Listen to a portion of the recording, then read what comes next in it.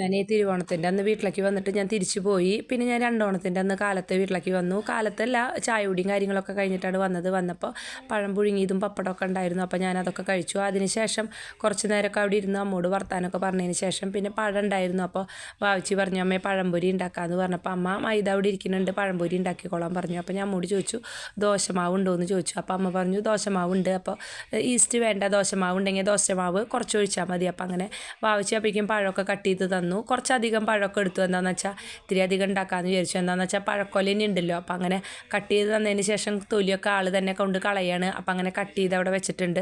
അപ്പോൾ ഞാൻ വേഗം മൈദയും പിന്നെ ദോശമാവും കുറച്ച് ഉപ്പും പിന്നെ ആവശ്യത്തിന് കുറച്ച് പഞ്ചസാരയും ഒക്കെ ഇട്ടിട്ട് നന്നായി അതൊക്കെ ഒന്ന് കലക്കി വെച്ചു. കുറച്ച് മഞ്ഞപ്പൊടി ഇട്ടു ഒരു കളറിന് വേണ്ടിയിട്ട്. പിന്നെ വാവിച്ച് വെളിച്ചെണ്ണയൊക്കെ പൊട്ടിച്ചൊഴിച്ചു. അപ്പോൾ വാവിച്ച് എന്നോട് ചോദിക്കുന്നുണ്ട് ഇത് മതിയോന്ന്. അപ്പോൾ ഞാൻ പറഞ്ഞു അത് മുഴുവൻ ഒഴിച്ചോളാൻ.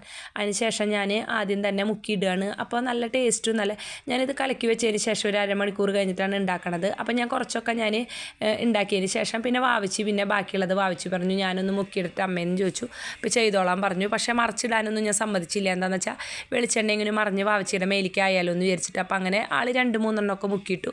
അതിനുശേഷം പിന്നെ ബാക്കിയൊക്കെ ഞാനാണ് ചെയ്തത്. പക്ഷേ ഈ പഴം മുഴുവനൊന്നും മുക്കിയിടാനുള്ള മൈദ ഉണ്ടായിരുന്നില്ല. പിന്നെ മൈദ ഉണ്ടായിരുന്നു, പിന്നെയും കലക്കണ്ടേന്ന് വിചാരിച്ചിട്ട് എനിക്ക് മടി തോന്നി. അപ്പോൾ എന്നാലും ഞങ്ങൾക്ക് എല്ലാവർക്കും കഴിക്കാനുള്ള ഇതൊക്കെ ഉണ്ടാക്കി, ആവശ്യത്തിലേറെ ഞാൻ ഉണ്ടാക്കി. എന്നിട്ട് ഞങ്ങളെല്ലാവരും കൂടിയിട്ട് ചായയൊക്കെ, അപ്പോഴേക്കും അമ്മ ചായയൊക്കെ വെച്ച് തന്നു.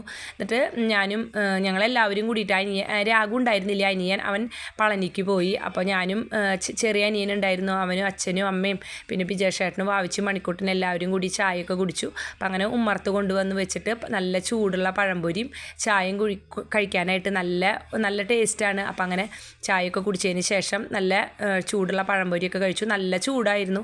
അതിനുശേഷം ഞാൻ എൻ്റെ കഴിഞ്ഞ വീഡിയോയിൽ കണ്ടിട്ടുണ്ടാവും അച്ഛൻ ചുണ്ടമല്ലി നട്ടത്. അപ്പോൾ അതുമ്മേ പൂവൊക്കെ ഉണ്ടായിട്ടുണ്ടായിരുന്നു. അതൊക്കെ ഞാൻ വെറുതെ ഒന്ന് മണത്ത് നോക്കി, നല്ല മണമായിരുന്നു. അപ്പം അങ്ങനെ അതൊക്കെ മണത്ത് നോക്കിയതിന് ശേഷം തുണികൾ കഴുകാനായിട്ട് കൊണ്ടുവന്നിട്ടുണ്ടായിരുന്നു. അപ്പോൾ ഇതാണ് അച്ഛൻ ചുണ്ടമല്ലി നട്ടത്. കുറച്ച് പൂവൊക്കെ പൊട്ടിച്ചിട്ട് പൂക്കളൊക്കെ ഇട്ടിട്ടുണ്ടായിരുന്നു. അപ്പോൾ ഞാൻ വെറുതെ ഒന്ന് വീഡിയോ പിടിച്ചു. അപ്പോൾ അങ്ങനെ അതൊക്കെ വീഡിയോ പിടിച്ചതിന് ശേഷം ഞങ്ങൾ തിരിച്ച് വീട്ടിലേക്ക് പോവുകയാണ്. അപ്പോൾ മണിക്കൂട്ടൻ വരുന്നില്ല. മണിക്കൂട്ടൻ എന്താണെന്ന് വെച്ചാൽ ഞായറാഴ്ച വരാമെന്ന് പറഞ്ഞു. അപ്പോൾ ഇത് ശനിയാഴ്ചത്തെ വീഡിയോ ആണ്. അപ്പോൾ ഞങ്ങൾ തിരിച്ച് വീട്ടിലേക്ക് പോയിട്ടാ.